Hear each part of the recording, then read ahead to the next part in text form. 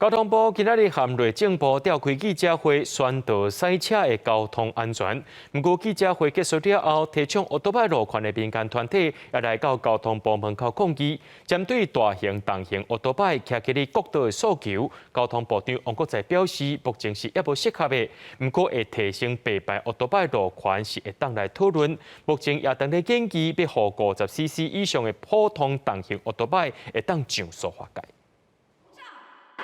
全驾驶最有型，赞！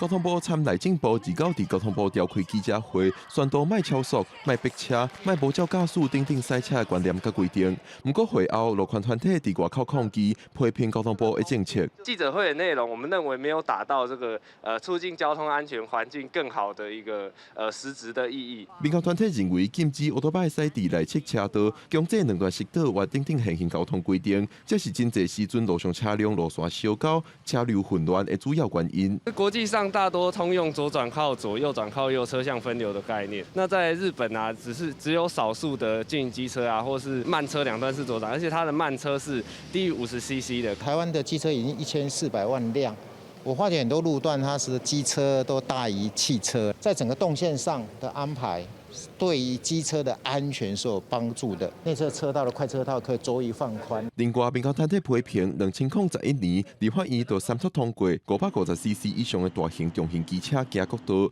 不过到达已经超过10档，也是无开放。是60%以上都反对了，包括秩序，还包括一些行为哈，目前还没有达到我们的标准。国外的一些研究或者是国外的实际经历，其实都在证明高速公路开放这个相对弱势的摩托车去行驶，它其实是相对安全的。王国材表示，开放国道目前也无适合，不过亲像去年9月开始试办大型重型机车行塑化界，在安全考量之下，伊表示支持。